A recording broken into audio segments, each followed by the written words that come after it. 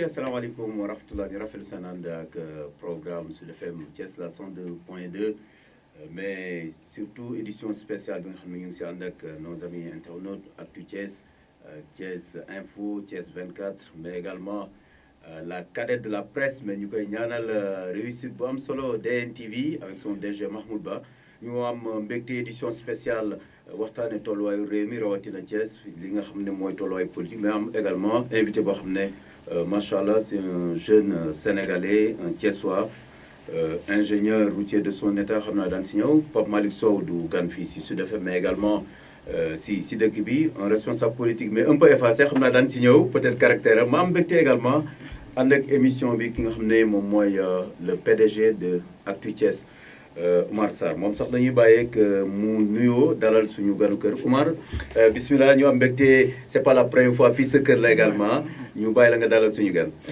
Merci beaucoup donc comme ni ma ko waxee Imam Babacar Ndao l'un des doyens de la presse effectivement nekk un professionnel de l'information et de la communication fii ci biir Thiès surtout à travers la 102 point du Sud FM. Du Sud FM donc du coup mu nekk loo xam ne tey lu am solo la mu nekk vraiment une émission spéciale ñuy dalal suñu jeune frère Pape Malick Sow nekk responsable politique ci parti bu APR bokk ci Benno Bokk Yaakaar tey ñu war a toog waxtaan ak moom ci tolluwaayu réew mi rawatina Thiès li nga xam ne jaar na fi Pape Malick dañ lay bàyyi d'abord nga nuyoo ak mbokki xarit ñi seetaan ci Sud FM mais également ci mbooleem presse en ligne yi nga xam ne ñu ngi fii ci biir Thiès à travers Thiès Info Actu Thiès Thiès 24 ak DNTV. donc jërëjëf alhamdulilah donc maa ngi nuyu mbooleem askan wi yëpp ñuy suivre en direct émission bi nga xamante ni doyen Babacar Ndao moo koy porté di nuyu ñi nga xamante ni mooy la presse globalement que ce soit la rajo Sud FM et également la presse en ligne bi nga xamante ni tey ñoo mobilisé wu joxe benn acte bu fort un acte symbolique puisque synergie bi leçon bu mag la ci démocratie dans le cadre de la communication et je pense que les politiques même doivent s'en inspirer pour gën a gagner stabilité réew mi donc en bref daal loolu laa amoon di wax dans un premier temps. di kontaan ci ànd ak yow encore ci émission bi. jaajëf saabu du fët boppam de waaye si 45 secondes Pape Malick Sow mooy kan. bon vraiment c'était un jeune sénégalais jàngee fii jàngee Thiès dem nekk professeur de maths dans un premier temps servir lycée Taïba Ndiaye jóge fa servir lycée Malick Sy ensuite parallèlement j'avais fait une formation d'ingénieur au niveau de l'école polytechnique de Thiès. bu fa génnee par la suite la liggéey bon au niveau du PUDC jóge fa dem PPDC le programme pôle de développement de la Casamance boobu naa ci dellu si waat parce que am na importance ñu éclaircir ko jóge fa dem Promoville ensuite actuellement maa ngi au niveau de Algérie Transport Group comme lan comme ingénieur routier comme chef de projet directeur de département d'exécution des travaux. ingénieur routier mooy kuy defar tali. waaw ingénieur routier mooy kuy defar tali. dégg naa tali cher na de. trop cher na mais da koy jar pour nga boo bëggee porter développement réew. il faut dañ naan fu yoon jaar rek lépp jokk si. kilomètre goudron fu mu toll temps yi. bon comme nee na temps yi lépp yow Pape Malick Guèye seen réew mi. tout dépend xam naa daan ci ñëw la ah. affaire yi moom tar na de. bon question bu xaw a difficile de répondre la. parce que ça dépend ci structure bi ngay teg. ok en fonction de la structure ça peut coûter 500 millions ça peut coûter 1 milliard ça peut coûter 100 millions ou moins tout dépend du type de structure. ok. alors très bien am na solo foofu lay rebondir par exemple tey li ñuy wax ci li nga xamante ne en tant qu'ingénieur routier nga nekk doomu Thiès également damay tëb dem directement ci projet yi nga xamante ne yoroon nga ko à travers le PUDC ci zone Casamance tey ñu gis réew mi fi mu tolluwaay yi bëri lool mu nekk ay jafe-jafe ñuy wax ni dafa am investissement yi nga xam dañoo bëri doole président Macky Sall daf ko def ci biir Ndakaaru ak li ko wër waaye yeneen dëkk yi dañ leen a bàyyi te yow nga nekkoon Casamance lan lañ fa mën a jàngatee. donc en gros là pour wax la foofu question bu pertinente nga posé parce que dans le cadre de la politique bi nga tuddee équité territoriale dafa am benn package de projet boo xamante ni dafa nekk ci biir PSE ci projet yooyu nous en avons le PUDC muy intervenir ci zone rurale bi pour la plupart ci domaine yu bari au niveau des pistes de production des pistes de désenclavement au niveau de l'éclairage comment on appelle rural bi di intervenir aussi ci agriculture bi PUDC package bu bëri ay pàcc la programme d'urgence de développement communautaire lépp lu war a soqali communauté donc mu nekkoon dans le cadre de la politique d'équité territoriale parce que dañoo gisoon ni grande ville yi ñoo doon ëpp lu ñuy absorber les infrastructures ñu jóge ci boobu projet bon boobu tas na Sénégal bépp amul benn département boo xamante ne épargné ko ensuite au niveau de la Casamance amoon benn projet bu structurant bu ñu tuddee le PPDC le programme pôle de développement de la Casamance boobu aussi doon intervenir dans le cadre des pistes de production de désenclavement di intervenir aussi au niveau des digues des barrages donc en tout cas l'ensemble des ouvrages yi nga xamante ni mooy permettre soit déplacement mobilité personnes yi ak biens yi ak produits agricoles yi mais également di permettre agriculture bi ñu mën koo porter donc si biir Casamance boobu dans le cadre du financement du cofinancement Banque mondiale État du Sénégal jotoon naa fa liggéey fa ci accès compliqué yoo xamante ni am na doomu Ziguinchor Bignona yu fa juddu ba tey ji ñu nekk ay mag mos ñoo teg seen tànk ci zone yooyu ndax pour des questions de sécurité l'État a affronté en tout cas cette question fu mel ni Bayla Suel Niankit Djibidione jaar Sindian ba Mampalago non seulement c'est des pistes de production qui permettent de faciliter le déplacement des biens et des services mais également c'est des pistes de sécurité ñu bari comprendre ñun loolu moo tax tey ji armée bi boo gisee feu et flamme bi mu def foofu yooyu façon projet bokk na li nga xamante ni day sukkali réew ci dëkkuwaay bi mais aussi day assurer la sécurité pour permettre à l'armée d'intervenir à temps réel yooyu bari nañu xamuñu ko ci moo tax ñun ñu fa jot a liggéey nekk des patriotes parce que Ousmane Sonko mu fa dëkk tey jii li fa président Macky Sall def en termes d'infrastructure muy route yi nga xamante ni MCA def na ko bu mel ni aussi les ponts de Marsassoum xam ne day désenclaver carrément Sédhiou parce que Sédhiou boo fa doon jaar Ziguinchor Bignona Diaroumé Sédhiou actuellement à partir de Bignona tu peux bifurquer sur Marsassoum ce pont là dem directement Sédhiou en un temps record donc en gros c'est des projets comme ça qui ont facilité le déplacement mën a génn produits agricoles yi doon périr foofu avec les 2 bateaux yu bees yi mu fa teg ak l'aéroport qu'il a doté en tout cas de 4 avions de dernière génération loolu moo facilité actuellement écoulement produit ba nga xamante ni Ziguinchor tey gis na boppam positionné na boppam di wax ni daal Ziguinchor avec le président de la République parce que ñun ñu fa liggéey xam nañu njëriñ. kon da nga jàpp ne du ñëpp am moyen di daan jaar par avion pour dem Ziguinchor. mais looy tontu également ñuy wax ne tali kenn du ko lekk. état day jël ay milliards. loolu depuis temps président Abdoulaye Wade dañ ko daan dégg di wax. mais ñu bare nee nañu am na dëgg si sénégalais yu bare suñu wet gii rek dégg nga Ila Touba autoroute bi.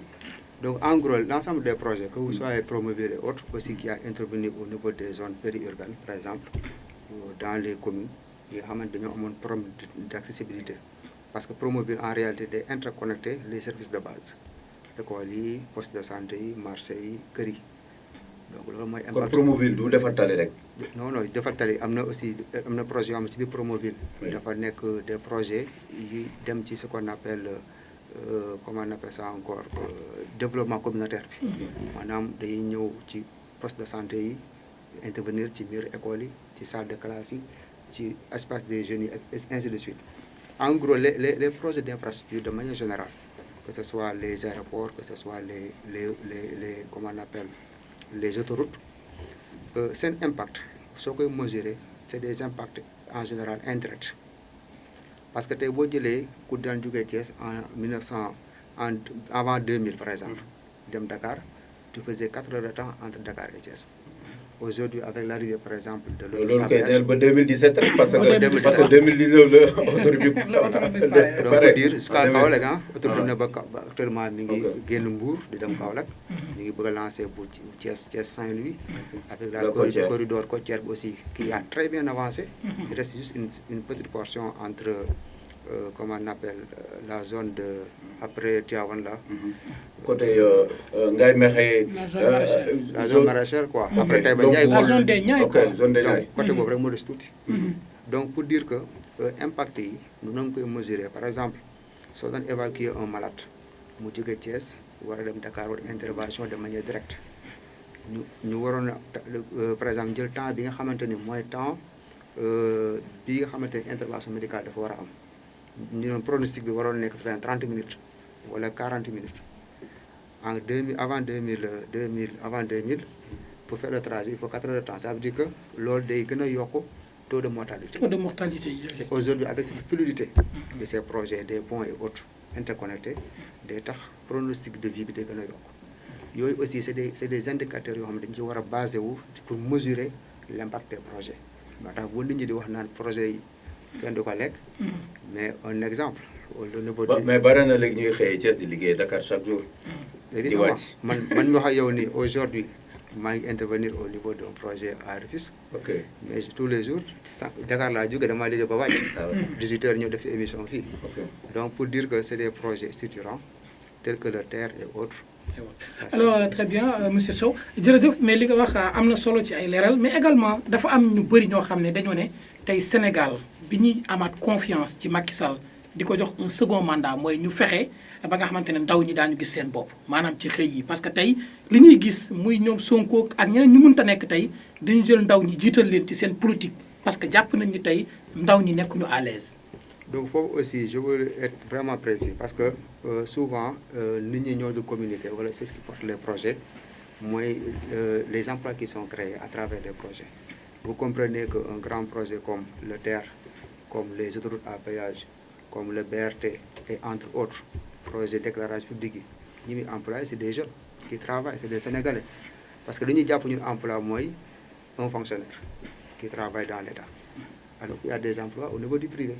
te emploi yooyu ce sont des jeunes yoo xam ne c'est des jeunes sénégalais ñoo fa dem dafa liggéey moo tax man su ma déggee ñu ni la politique d'emploi est mise en rade c'est vrai que suñu population c'est une population jeune suñu croissance en taux de croissance bi dafa gaaw les urgences sont nombreuses mais nit état baa ngi ciy liggéey di jéem a créer une bonne corrélation entre les emplois qui seront générés dans le futur surtout avec l'arrivée du pétrole et du gaz bi nga xamante englobé ay emplois yu bari da koy générer donc corrélation bu dañ koy tabax entre 2012 ba fi ñu toll nii ñu ngi koy tabax di yéeg chaque année maintenant c'est un vaste chantier boo xamante ni c'est à l'infini parce que tant que dund ngi am bëgg-bëgg di am bëgg emploi di am donc loolu moom ça va de pair avec le plus souvent également dañuy wax ne en réalité état du créer emploi mais day créer conditions yi donc privé moom moo war a créer emploi mais est-ce que état yéen ñiy liggéey surtout sur les grands chantiers Pape Malick Sow est-ce que gëm ngeen ne état mi ngi créer ces conditions là yi permettre à sa jeunesse tey ñu mën a gis seen bopp si xëy ndaw la. Parfaitement c'est la raison d'être même des projets en réalité parce que il crée les conditions yoo xamante ni day permettre entreprise yi mën a gagner ay chantiers mën a recruter des emplois parce que emploi yi li ëpp lu ñuy créer ci privé bi la fonction publique ne recrute pas assez ça il faut le reconnaître donc conditions yooyu maintenant ce qui reste à faire mooy jeunesse bi dañoo war a xam ni il y a une mutation à travers le monde on n'est plus à l'ère où da ngay toog jàng di xaar état de la wutal liggéey nañu cibler les formations en tout cas les formations yoo xamante ni mooy générer les métiers de tension voilà que ce soit le numérique que ce soit dans l'entrepreneuriat agriculture maanaam nit ki nga formé na bu génne war na mënal boppam comme américain quoi lan nga mën mais dajale ay diplôme génn mënoo dara loolu aussi ça ne veut rien dire donc il faut que nit ñi état daf leen war a accompagner créer les conditionnalités l'accompagnement avec les banques avec les procédures ak yenn diligence yi par exemple c'est ce que j'ai toujours dit mooy ni ñuy créer ay parts dans les marchés ne serait-ce que même fekkoon à hauteur de 5 à 10% ñu ne tey jii les jeunes qui ont une tranche d'âge de 25 à 30 ans ñoom donc ñoo am accès par exemple sur cette part de marché là donc suñu ko doon def aussi ça permettrait de booster plus la créativité et puis l'entrepreneuriat des jeunes. Très bien da nga ko jàppee échec de la politique de jeunesse wala mën nañu améliorer. Bon c'est une amélioration parce que bul xool par loolu nga bokk affaire. xam naa daan ci ñëw Pape Malick Sow. mais wax ñu rek si sa jaar-jaar ak sa gis-gis. jeune nga tey bu la dénkoon département de la jeunesse xam naa am nga sa xalaat sa gis-gis mais actuellement fi ñu toll. gëm nga ne état mi ngi def dara mais war na mën a yokk. dafa war a yokk bu baax a baax moi je lui ai dit on est dans des pays yoo xamante ni population dafa jeune donc foofu aussi d'ailleurs c'est pas pour rien ñu daal di créer tout dernièrement suite à la revendication des jeunes. mooy xëyu ndaw. les émeutes de mars. donc yooyu yëpp c'est des réponses que l'État le gouvernement. mais yooyu ñu bëri na nañ ay slogan la parce que xëyu ndaw ñi programme bi dafa bëri yoo xamante ne Macky Sall wala boog dafa lajj ci wàllu communication. donc parce que foofu aussi peut-être c'est la communication parce que ñun ñu ne woon ci Promoville par exemple au niveau de Promoville dañuy exiger les bailleurs de fonds dans les termes de référence dañuy exiger la création des emplois des jeunes par exemple si Promoville par exemple pour formation pose de pavé yeeg yëpp dañuy jël jeunes yi di leen motiver jàngal leen di leen fay les maires yi ñu leen di capacité par rapport à SIG le système d'information géographique pour faciliter la collecte des ordures pour faciliter comptage par exemple population bi numériser par exemple le système d'état civil. yooyu yëpp c'est des en tout cas des dérivés de ces projets-là. Donc, mais yooyu xam nga luy problème bi Pape Malick état bi day yàgg di wax ay projets de numérisation de l'état civil yàgg nañu ko wax mais ça tarde à prendre forme parce que dañu ne dafa am foo xam ne manque de volonté la wala équipe bi nga xam ne ñoo ànd ak seen président suñu président parce que damay wax président Macky Sall c'est le président de la République mais tey bu dee dafa am ay nit yu mu jiital nga xam ne toujours dañuy lajj parce que bu ci mujj rek mooy bu tiwaawoon nga xam ne xalif général dafa toog bi Ahmed Amar di may ambulance mu ne carrément yow en tant que ministre de la santé mënuloo lu ñu la jox en 2018 ñu dem ba 2022 tey ñu gis ay victimes est-ce que tey du équipe bi mu teg ñoom ñoo nekkul à la hauteur des attentes des populations. Bon, moi je dis c'est un peu trop dur parce que le xalif quand même il a dit plutôt que dafa bëggoon ñu relever hôpital bi ci niveau 3 parce que vu la taille de la population des questions di dafa mënul parce que ku xam Diouf Sarr aussi moi c'est un talibé cheikh ñu xam ne ñu njàmbaar la il a fait beaucoup d'avancées en tout cas sur le plan de la santé. Mais c'est pas un homme du Sénégal quand même. Même syndicaliste dañ ko décrire pas Malick. En réalité Diouf Sarr moom il est bien mais santé moom c'était pas son secteur vraiment. xam nga en réalité les ministères là on a besoin de managers. Donc c'est une spécialité boo ko jàngee. Comment coordonner les activités. Comment créer l'émulation. kooku jarul nga nekk docteur pour nekk ministère. mais boo nekk docteur ci lay gën a neex Eva Marie Coll Seck professeur Eva Marie Coll bi mu jaaree gis nañu. elle a marqué en général ils ont plus de problèmes même avec leur père en général. mais moom elle a marqué le secteur. Donc c'est pour dire de façon. ce qui importe mooy ay manquements am na. Il faut des améliorations.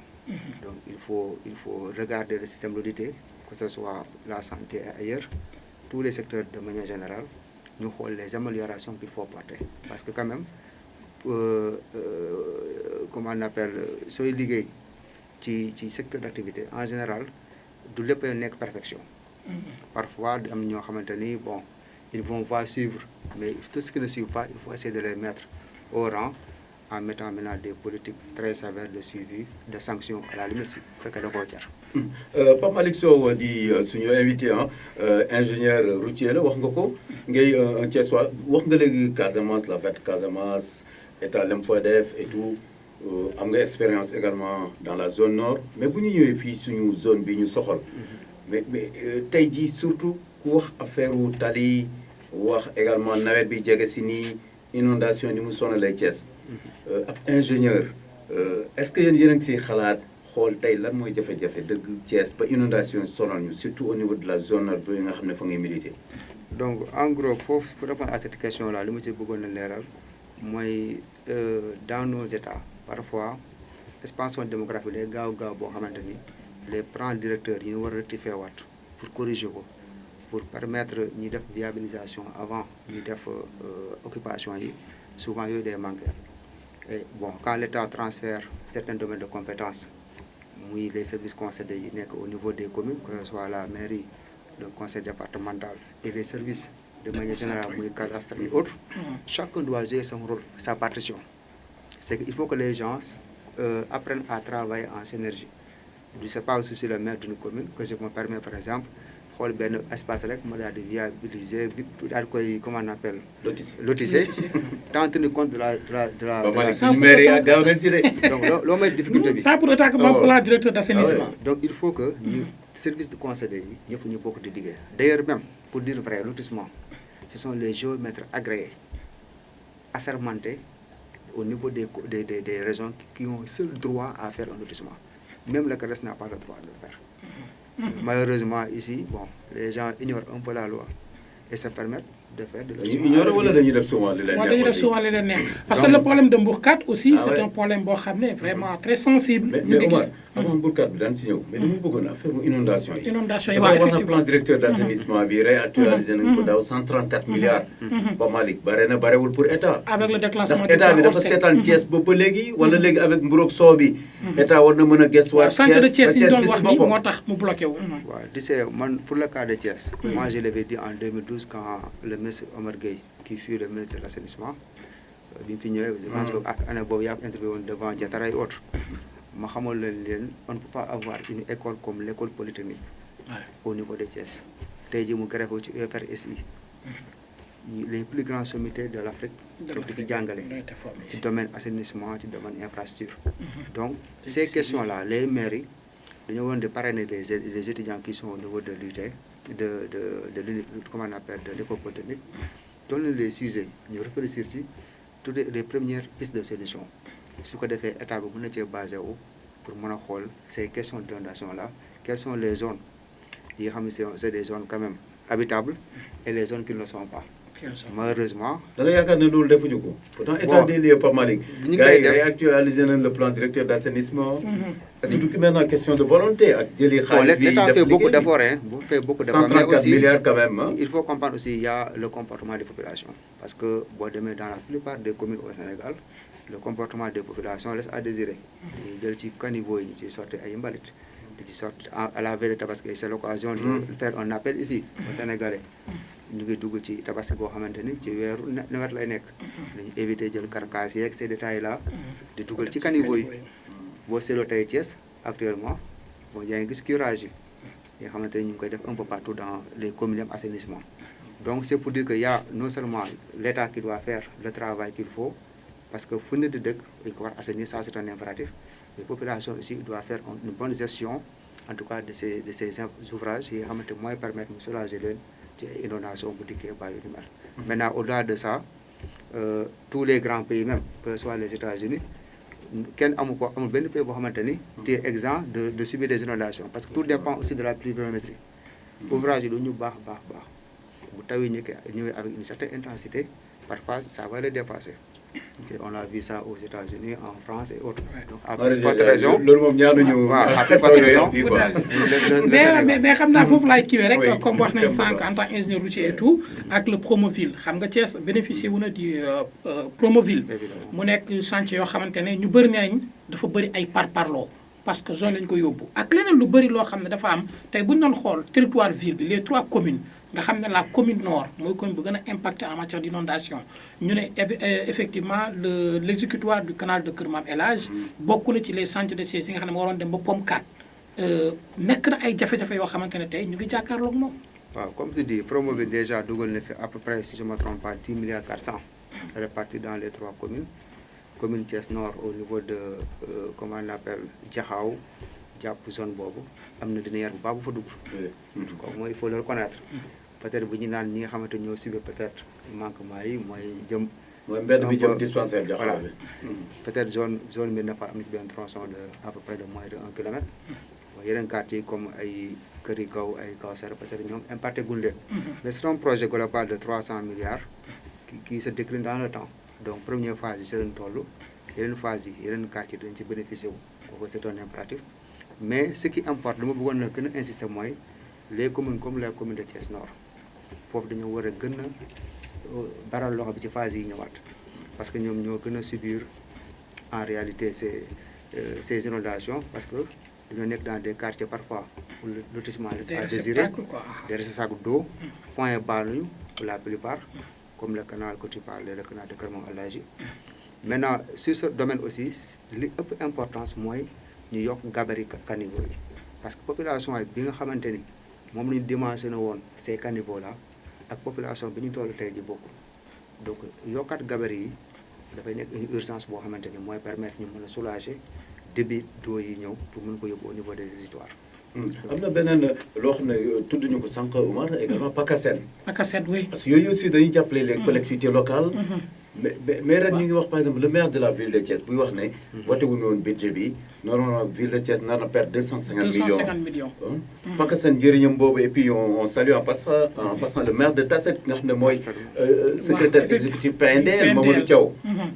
c'est pas parce qu'il est du département de Thiès que day beral Thiès mais plus de 300 milliards le président de la République dénk Pape Malick Sow est-ce que tey jii bu ñu defoon synergie d'action dajale yooyu yëpp mais Thiès waruñu mën a régler problème en passant le DG de l'ONAS docteur Babacar Mbaye il habite ici à Thiès ñoo ñëpp bu ñu day ay borom xam-xam lañ comme yow mais boole seeg président Macky Sall yéen ñu koy jàppale mu jël plus d'une quarantaine de Thiessois par décret nommé leen mais tey Thiès war na dépasser fii Pape Malick. donc évidemment comme ni ko waxee noonu au niveau du programme PDZP PNDL mooy le programme de désenclavement des zones de production bi nga xamante ni moom la Modou Thiaw lancé tout dernièrement day zone 2 bi couvrir Diourbel ak Louga maa ne woon chef de mission bi foofu ñu déroulé fa comme ni ñu joxoon projet bi ba mu mat sëkk delluwaat ko mais di wax ni c'est des projets yoo xamante ni dañuy impacter pour désenclaver toutes les zones de production par exemple fi ma ne woon di intervenir man fu mel ni Diourbel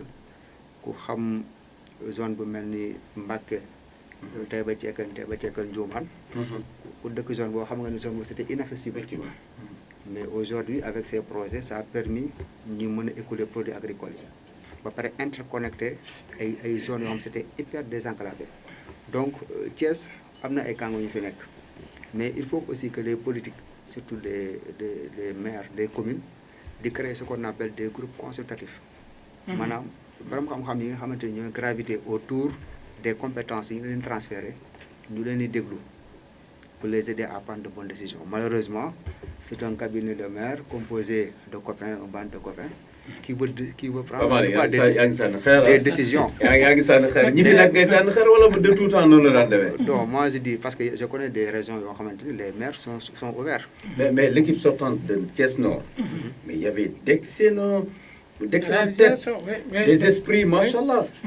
Juste le colonel Ababacar Boye l'a cité en passant. Ababacar Boye, oui. Mais pourquoi nous amenons l'ancien maire Alassane Ndiaye? Bon, ils ont fait ce qu'ils pouvaient faire de toute façon, parce qu'on a vu quand même, il y a pas mal de choses qui ont été réalisées à Thiès, donc sous leur magistère. Des facilités Yubari, comme l'arrivée de l'ISEP de Thiès, qui nous a coûté à peu près 7 à 9 milliards. Comme une Thiès, nous a mais c'est important de rappeler aussi que Thiès toujours rek day am jafe-jafe en matière de collectivité. Parce que bu ñuy xool avant Mburok Sow di ñëw ñoom réew mi moo fi nekkoon. yore les 3 collectivités maire yi koo ci laal mu ne la. mënumaa def dara parce que état daf ma xoj tey ñu ñëw gis ak le Yewwi Askan Wi ak ñoom Babacar Diop ñoom Birame Souleye entre autres ñu gis ñoom it fu mu toll nii ñu ci nekk ñu ngi fippu naan non il faut que affaire yi am changement amul rek état te ñoom ay démembrement état lañ et puis population yi c'est des citoyens sénégalais. c'est pour dire que l'état est assez démocratique lépp lu mu war a yóbbu ci maire yi accompagnement il est fait de manière démocratique. mais dafa war force la parce que l'état c'est nous tous. c'est pourquoi je dis que ñoom xamul état xamul loolu. bon maintenant. En tant que politicien de l'opposition, parfois pour masquer leur incompétence pour les limites, ils se permettent de tout dire sur l'État. Les 4 maires de Thiès, machallah. C'est des dignes Thiessois comme yo. Non, ils sont très brillants. Moi, je ne me focalise pas sur simplement les maires de Thiès. Ah, d'accord. Mais on est à Thiès, pas de manière générale.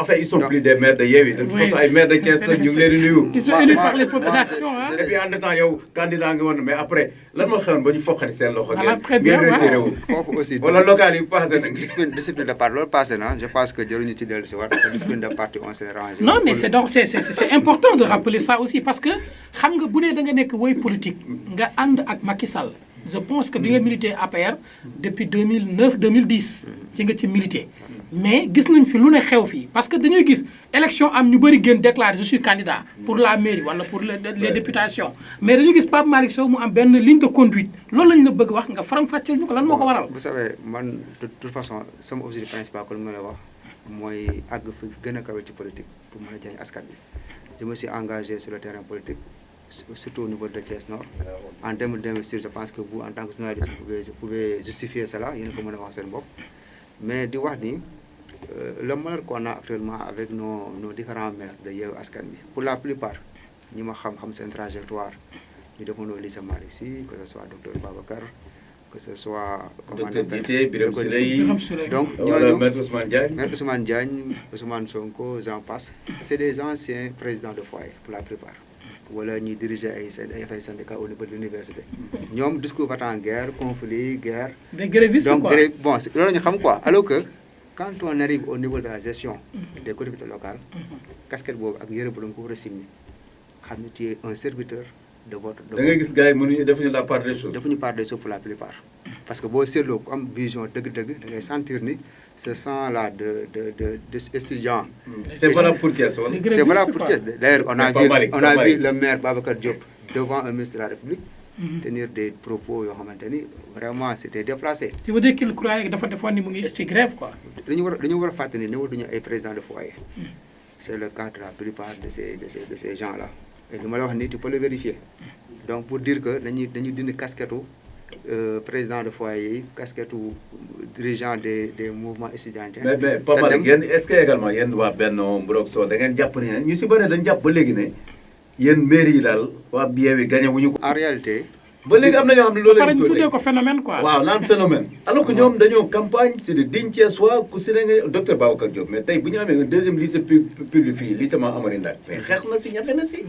étant président foyer lycée Malick Sy fi la ñu fekk ok bon Birame Souleye macha allah docteur Djité c'est des jeunes cadres quoi je veux dire maître Ousmane Diagne kenn du leen présenté mais ñooñu bu ñu demee ba waa Thiès même bu doon benn voix la leen jiitoo da ngeen war a respecter le choix et puis ñu gunge leen pour seen mandat pour ñu seen réussite Thiès sa war a doon réussite am. et puis yéen ngeen régler seen problème au sein de la grande mouvance présidentielle. pour ngeen nekk benn. xam nga Mburok Sow quoi. je leur souhaite la plus grande réussite. mais ils vont réussir hein. c'est que je le souhaite. ñoom loolu la ñu wax de. mais il faut ñu dindi de partir de leur casquette de vraiment d'étudiants de président de foyer comme je l'ai dit tout à l'heure li am solo mooy. ñu dem ci la préoccupation des populations. Les questions qu'il faut attaquer, c'est les questions de la santé. Comment renforcer les sites de santé et des compétences transférées. Comment renforcer le système éducatif en donnant des moyens. Comment gérer certaines questions liées aux infrastructures yoo xamante ne dañ ko jox. Comment gérer voilà des questions yoo xamante ne ñu leen si xaar defar marché yi ba nekk marché yi nekk des marchés aux normes yu mel noonu.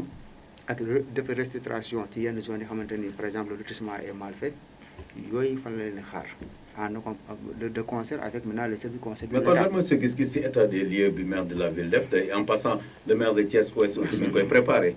après 100 jours passés à la tête de la. xam nga ce qu'on attendait de lui moi j'attendais un grand discours boo xamante day ñëw di wax fu mu jëmale Thiès mais c'est faire un procès de boo xamante ni tu as tes propres éléments et tu dis ce que tu veux.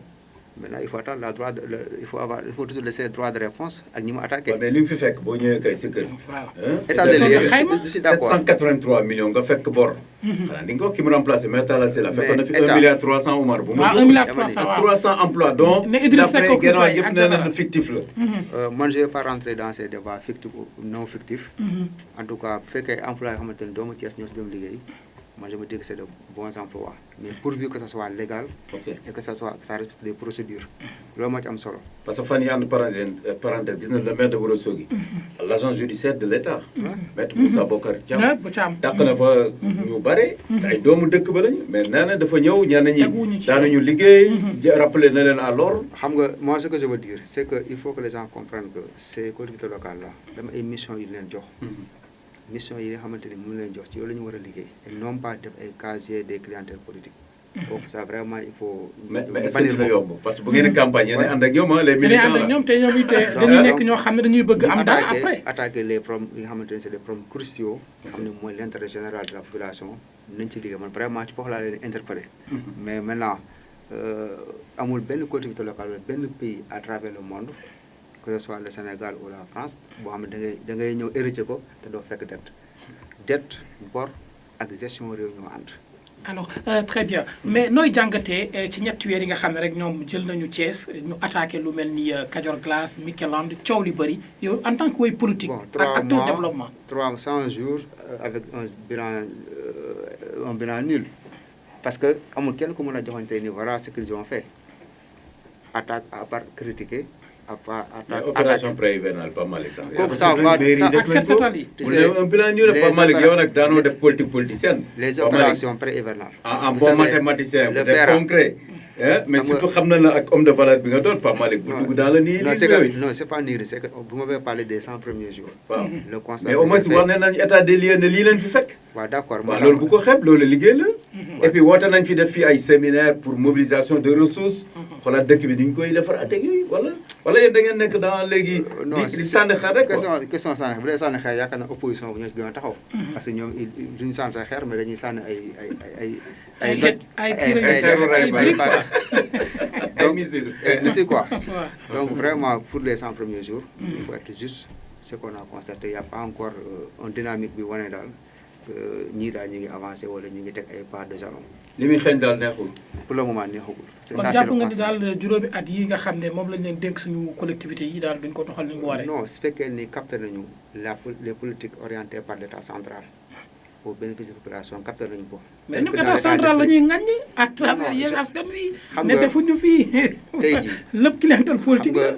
que les maires sortants ou maires yi fi nekk te installé wu les projets yi doon daw au niveau des communes des collectivités locales amul benn projet bu ci arrêté fu nekk l'État c'est une continuité maintenant soo dikkee da ngay am discipline ñëw jàpp ci li nga xamante moom mooy fekk indi sa tous bu bees amélioration pour le bien-être des populations. Mais l'exemple de Bara Gaye à Yeumbeul Sud gagné na mi ngi si 3e mandat xaw ma opposant la mais waa Yeumbeul dañ ko wóolu mi ngi gagné et puis man dama naan loolu du prétexte sax faut pas que nga ne da nga nekk opposant rek que doo liggéey ñoom ku si bëgg liggéey je pense que ñoom nee na ñu ngi si dynamique boobu chaque mardi ñoom ils se retrouvent les 4 maires de Thiès pourvu que mu continuer nee nañu ñu xool li ñu war a mën a defandoo li kii mën kële mënu ko ñuy boolandoo pour intérêt Thiès. xam nga seen confection liste bi rek wala na ni ñi duñu fas yéene ñoo ànd pour liggéey pour Thiès loolu il faut que ça soit très clair. maanaam yow ñàkk investir bi ñu investir Babacar Diop. voilà par exemple kon yow da ngay jàpp ni foofu rek. il y a déjà des heures voilà il y a déjà des heures qui sont là constatées des errances qui vont venir avec le long et moyen terme donc mais en tout cas maa ngi leen souhaité daal li gën nañu suivre la direction du président de la République avec les projets qu'il a mis sur place. seen compétence yi leen transféré.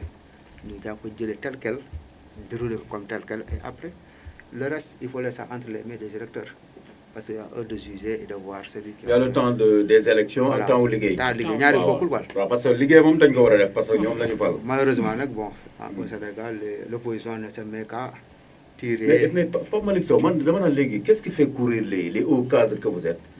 de jeunes ingénieurs ay inspecteurs des impôts fii. ay médecins ku nekk bëgg def politique yow expliquer ñu en fait APR de sa première formation politique am nga voilà ñi la xam quand même jaar politique. bon expliquer ñu. c'est vrai que man très jeune j'étais le coordonnateur des jeunes du parti de l'espoir et du progrès.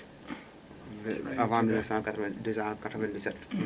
J'étais le secrétaire du CEMEF le collège des étudiants de Médina Fall.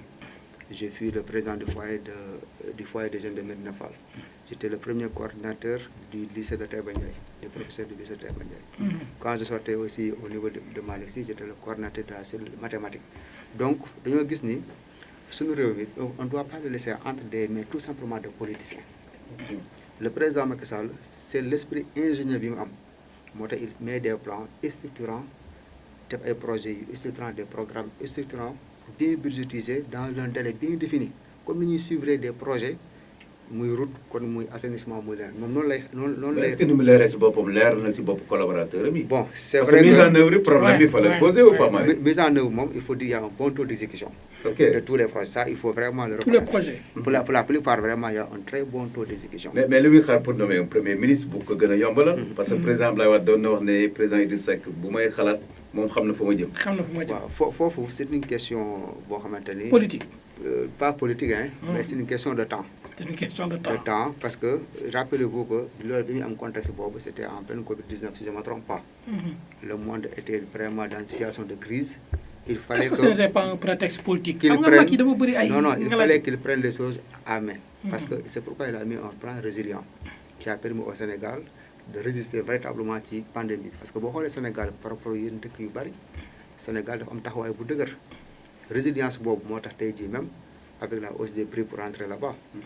Dans la plupart des pays comme mu nekk ay Italie où le prix du carburant a doublé Mali dans la sous-région le carburant que ce soit comment on appelle le gasoil mu ngi dem ay 1000 francs. Sénégal garde na toujours le prix du gasoil yokk ci essence bi 180 francs.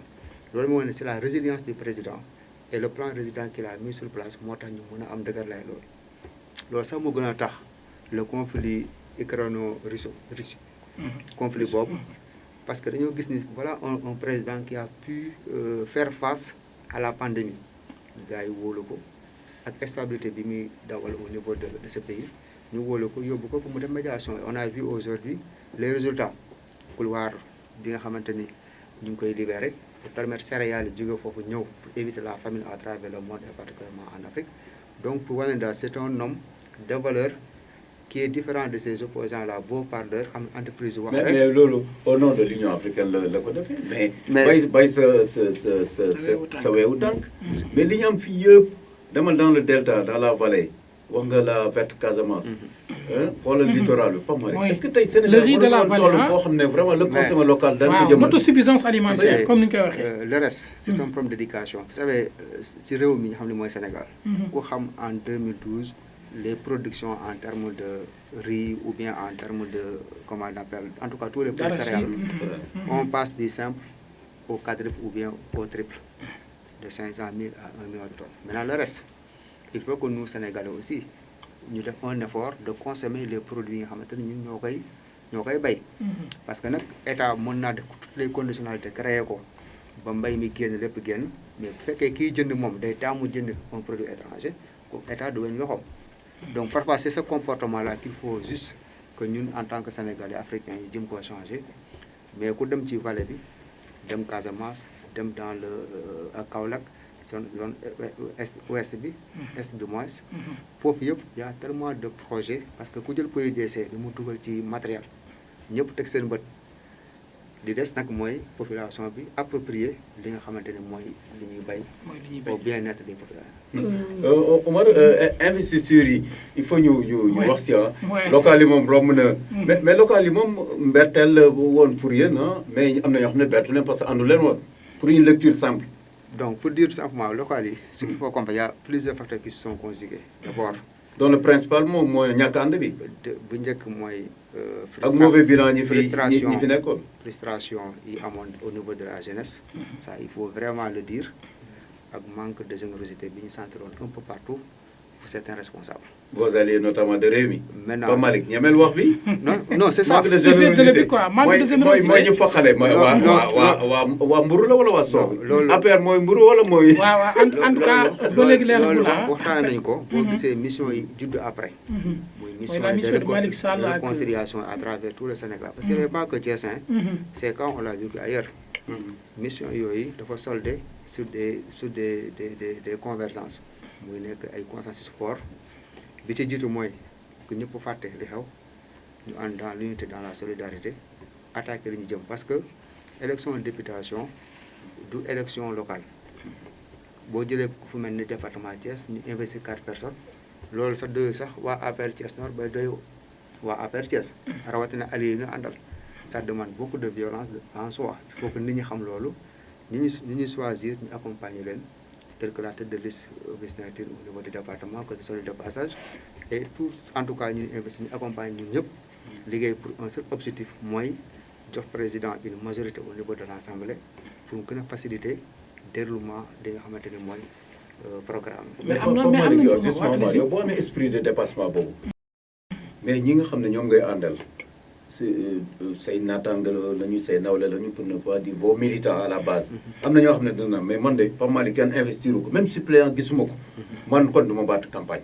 comprendre nga keneen ki toog ne pourtant ñun zone nord am na keneen ku ñu def tête de liste beneen liste bi. mu nekk député ñun ñu jàll moo ñu gënal. en passant Cheikh Gaye il est de Médina Fall de la zone nord. mais yéen loolu nan ngeen fas yéene dundee est-ce que dina yomb ngeen waxtaan ak seen militants yi enjeu fi ñu jëm. donc dina yomb du yomb mais dina yomb parce que nit borom réew mi li nga xamante moom la ñu ànd di liggéey dajale na njaboot gépp waxtaan ak ñoom joxe orientation ñëpp wóolu ko ni ko tànnal ñu loolu tànn doy nañu kon aujourd'hui amul kenn ku war a. boobu est-ce que da ngeen demoon pare ndogu bi neex rek dégg naa le maire Talla Sylla moo proposé loolu. waaw mais est-ce que gars yi daañu ko jëmmal. donc beneen bi des mooy. y a un travail de terrain. c'est-à-dire que kilifa bi wax na ñi nga xamante ni ñoom lañu jokkër bi woon. wax na ba pare waxaale mbakkuus bi ah. bu ngeen gagné législative yi. pour revenir juste sur l'essentiel mooy kilifa yi nga xamante ni ñoo nekk au niveau de la mouvance présidentielle élargie ak Benno bi ñoo war a jël les rapports yi nga xamante ni commission bi dikkoon def les constats def diagnostic yi joxe les solutions qu'il faut apporter approprier ko daa ko dérouler à la base. mais solution yi li ci gën a bëri li ñuy wax coow li Pape Malick il faut ñu wax ko. mooy seen parti da ngeen cee nekk muy APR seen coalition Benno Bokk Yaakaar amu leen benn promotion ñu bàyyi leen ci suuf. ba pare ngeen di activé wu ci social di def chaque jour barki démb rek gis nañ bus médical bi nga indi mu nekk ay affaires yoo xamante ne yooyu dafa créer ay kii de frustration yu bëri il faut ngeen ñeme wax ji. waaw xam nga loolu aussi. mais Omar pour nga ñëwul aussi du la jox poste. mais moo tax ñu wax leen mbakkuus bi. ne leen fu mu ne nii dañu muyee la mayoo. ce qui importe aujourd'hui c'est le travail.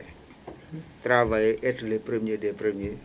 Ce qu'on fait après nous accompagner le président. Mais toujours travailler sans récompense aussi. Bon, pour la récompense, moi je dis que accompagner un président c'est difficile. Parce que choix yi da koy def sénégalais bu ñu nommé gënoo keneen ko ñu nommé wul te ku ñu nommé tey dañu am ku ñu wàcce daal lay nommé donc nit ñi war nañu am patience te xam ne accompagner quelqu'un dans la gestion en tout cas de l'État il suffit pas d'avoir un titre. Moi tous les projets là commençant par PUDC PPDC etc. tous ces projets liggéey naa ci. mais vous avez la chance parce que ce statut d'ingénieur. Voilà. Et pourtant j'ai travaillé dans le cadre du privé c'était pas dans l'État en plus. Ok. Ça, il faut que ça soit très précis. D'accord, ok. C'est par rapport au privé. J'ai intervenu dans ces projets, mais dans le privé. Okay. Mais c'est un accompagnement que je faisais avec fierté, parce que c'est mon leader, Boulou Dara, m'a décliné cette vision, que j'ai vu que c'est une vision qu'il fallait approprier dans le dérouler. Pour donner un exemple, en Casamance, pour l'élection législative 2017, je n'étais pas présent. Fi nga xamante ni mooy tension fi am foyer de tension bi gën a grave ci Ziguinchor muy Bayla Sindian Djibidione Mampalako ci projet boobu laa defoon un accident avec 16 fractures teewul bi ma demee ba tane après 6 mois dama demoon àggale projet bi parce que dama gisoon population da ko soxla kon quand le leader Ousmane Sonko se permet de tirer à bout portant sur le président alors que des gens beaucoup plus patriotes que lui qui n'habitent pas Ziguinchor se sont sacrifiés pour donner en tout cas Ziguinchor ce nouveau visage donc ñooñu war na leen am reconnaissance à leur endroit respecter leen xam ni moom gën a nekk sénégalais yi gën a bëgg Ziguinchor donc pour dire simplement accompagnement bi comme je l'ai dit ñëpp mënuñu am ndombay tànk daanu dajul suuf mais il est important qu'aujourd'hui que cette jeunesse qui s'est autant sacrifiée soit promue au niveau des postes de responsabilité par rapport à leur formation, par rapport à ce qu'ils apporter à l'État. Mais là, les habitants de Thiès Nord, au moment où vous avez la poste, nous voici le directeur de la SOL, qui se trouve être un fils de Thiès également, surtout de zone Nord, Charles-Émile Abdoussis. Il a fait un excellent travail, hein, ça il faut le reconnaître, tel que Omar Diop qui fut le directeur de la SAR. Donc, mais les am solo, moi, empreinte que me laissé. On verra qu'un fils de Thiès Nord bu liggéey dans tel secteur dafa empreinte boo xamante ni su ka yow mi diin ñëpp dinañ ko bàyyi xel donc loolu daal moom solo te xam ni c'était un des Sénégalais parmi les 14 millions de Sénégalais également qui a bénéficié d'une confiance. Et également Pape Malick souvent ñu gis fépp fooy intervenir nga xool ay étudiants yu nekk en difficulté nga enrôler leen accompagner leen ci seen i bourse ci seen i inscription. Bon, ça, moi, c'est un sacerdoce chez moi, quoi, naturellement. Okay. Parce que ça soit à Thiès, je l'ai fait à Ziguinchor, je l'ai fait à Diourbel, je l'ai fait un peu partout dans ce pays. Il faut un projet, j'ai accompagné les étudiants. Pareillement au lycée Malaysia. Le lycée Menefal, table banc, effectivement. Le volet de la santé et d'autres actions. Mais en parenthèse, le lycée Menefal, il faut que aussi lycée Boubespi. Bon, le lycée Boubespi, ce qu'il laissait, c'était juste, comment on appelle, acte administratif. Bon, ça c'est de ressort. En tout cas, mais pas mal. Bàyyi leen am ressort mën leen liggéey président Macky Sall jege ko ba pare ay détails est-ce que du yéen loolu moo leen yàqal en réalité wala ñi nga xam ne ñoo war a rendre compte président dañ ko dul wax la réalité bi. Vous savez, on a porté les présidents Abdou Mbow les Augustin voilà les Abdou Fall ñi nga xam ne jege nañ ko les Demba Diouf. En tout cas, ñu wax leen. c'est un projet qu'on a porté nous en tant que fils de Médina Fall. On s'est battu jusqu'à avoir cette réserve là bi nga xam ne dañu ko doon lotissé ñu ko bàyyiwoon dañu ko lotissé de ko am nañu aujourd'hui en tout cas le périmètre. Ce qui reste maintenant mooy le papier administratif. Bon, moi je dis que l'administration territoriale de manière générale qu'on appelle la grande muette de respecter ak seeni procédure. Et je pense que le gouverneur ou bien le préfet qui doit en tout cas dériver cet acte-là, le moment venu, si toutes les conditions sont réunies, de concert avec le ministère de l'Éducation. Mais Omar, est-ce que pour revenir à Mbour 4, le mot d'entendre le président de la République en 2017, de monsieur le gouverneur, dans l'instruction, 2500 familles. Mais bu bële ñu nekk si ay difficultés daaw 2021 ñu ñëw tojaat sax la fa nekkoon. L'exécution des instructions, moi je dis que ça doit être de rigueur. De rigueur, mais attends, même l'école Cheikh Ibra Fall, même l'école Cheikh Ibra Fall réhabilitation bi am na Awa Doucouré wax na ci ak président Macky Sall ba mu joxe ay instructions 400 millions. léegi fu mu yéexee. Mais ba dégg donc en tout cas c'est pour dire simplement que l'administration aussi doit faire des efforts supplémentaires parce que l'administration boo gisee la plupart des... Est-ce que l'administration centrale, à la base, dans le mais administration centrale, mais également les hommes politiques, ils sont qui viennent gourgi, quand je parle d'administration, il faut faire la part des choses. C'est ce qui gouverne, qui donne des instructions aux fonctionnaires. Fonctionnaires aussi, qui procédure les doigts. Procédure de temps. Le temps, de, par exemple, d'un Sénégal lambda, par rapport à Bagam, il n'y a pas temps d'administration. Parce que moi, j'ai fait 11 ans d'administration. Il y a des fois accélérer la cadence. Mais est-ce que comme le Baratal def en moyen d'1 an, il une école d'une valeur de raison de plus, la plupart des projets ont été portés par des programmes. Par exemple, quand je prends Promoville, la coordinatrice, c'est une jeune fille. Bon, c'est une jeune dame de moins. Madame Johane, Madame Sow, qui habite à Thiès. Madame Assou Johane, Mahomak, Madame coordinateur PDC au niveau de Ziguinchor, Ali Mané. C'est un jeune. Le président a donné confiance à cette jeunesse. Nous portons ces projets de manière rapide, suivant les procédures des bailleurs de fonds. Parce que les bailleurs de fonds, si on les accompagne dans certains projets, il y a une certaine célérité et une certaine diligence des procédures.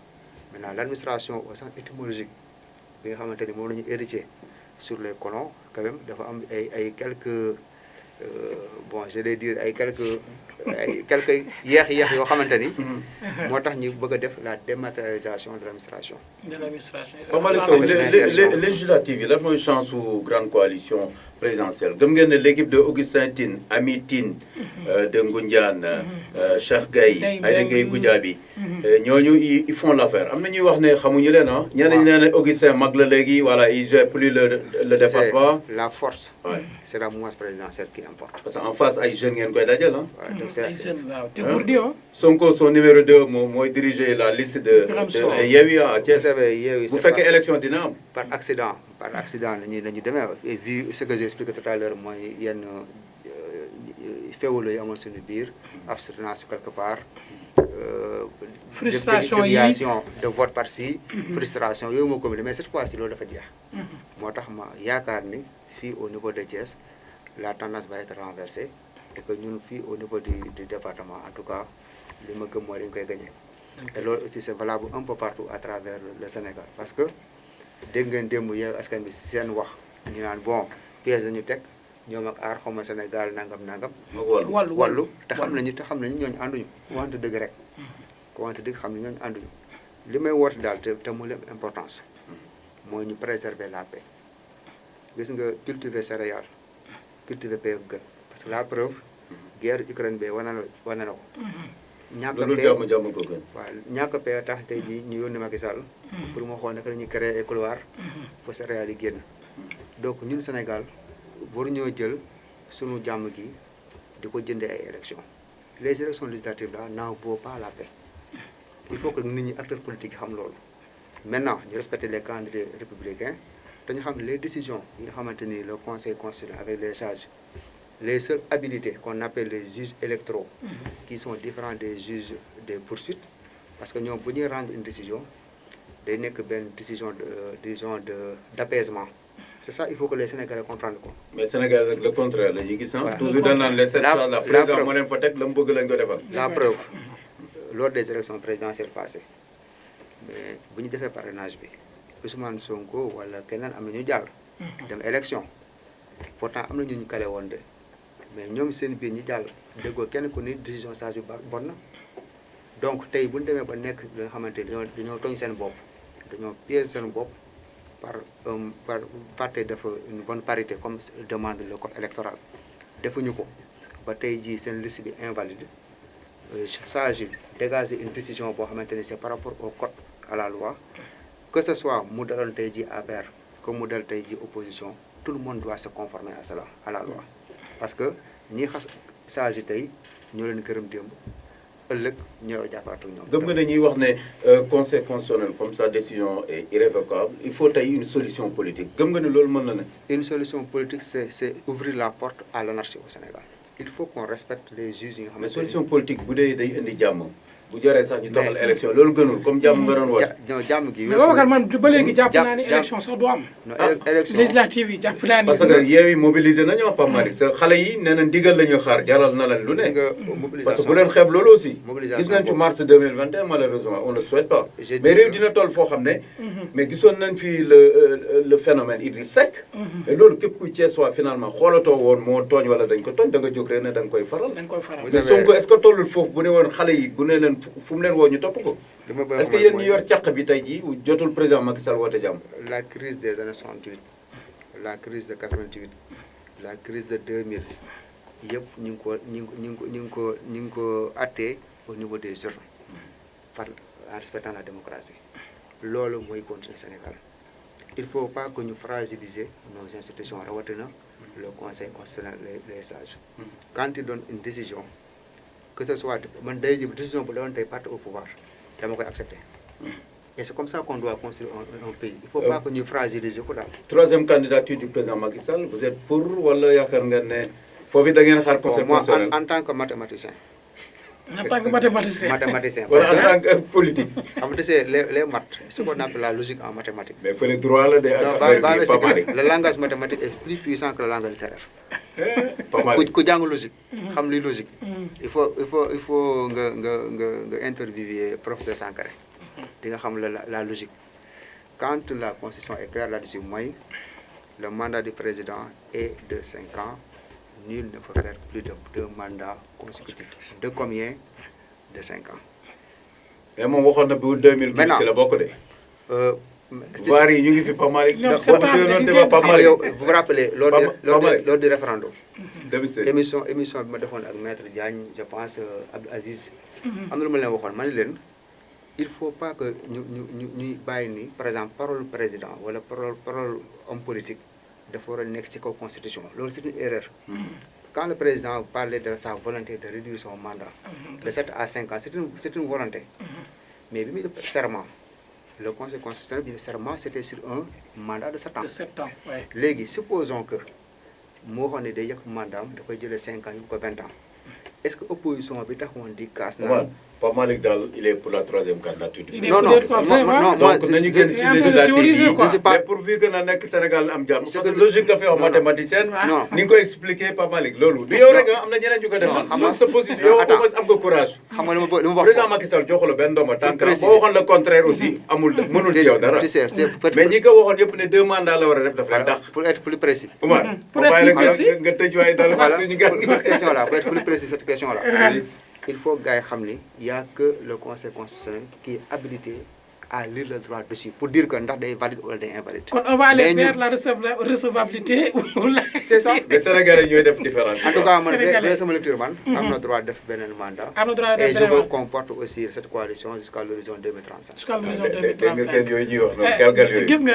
mais nag déjà na ngay régler législative yi ba pare quoi parce que Yewwi moom wër na leen doom waaw vraiment. mais Omar de toute façon xam Pape nga Malick la mobilisation d'hier là que ñu wax ci bon mobilisation boo xamante ni ñi mënu woon a liggéey mécaniciens yi ne woon Dakar transporteurs yi tailleurs yi ku koo xam ne laa xañ mais en bon sa mathématicien liberté démb en bon yaa mathématicien est-ce conversé que évaluer ngeen statistiques yi c'est ça parce que aussi bu ngeen nekkee si parti la da ngeen place de la xool nation oui tey jii boo xoolee ñoom mobilisation nationale la ñu def ok et on a vu l'intensité qui était là-bas à peu près ñaata nit calculer gu leen moi je l'ai dit peut-être 50 000 Pape Malick Pape Malick Wala 50 000. 100 président Sonko rek nee na 200 000 parle de jeunes 200 fekk si 000 nañ ko sans compter waa parle de PDS 200 000 jeunes. Le BRT a divisé la place de la nation l'Obélisque en 2 sections. Les sages du BRT, hein. amoon nañu mbégte Pape Malick vraiment ñu ngi lay sant di la gërëm xam naa Merci. Omar mooy am le mot de la fin Ouais. mais vraiment ça a été un plaisir ñu bokk yow jotaay à cœur ouvert vraiment rafet na lii lañ ci am aussi waxtaan ak nit ñi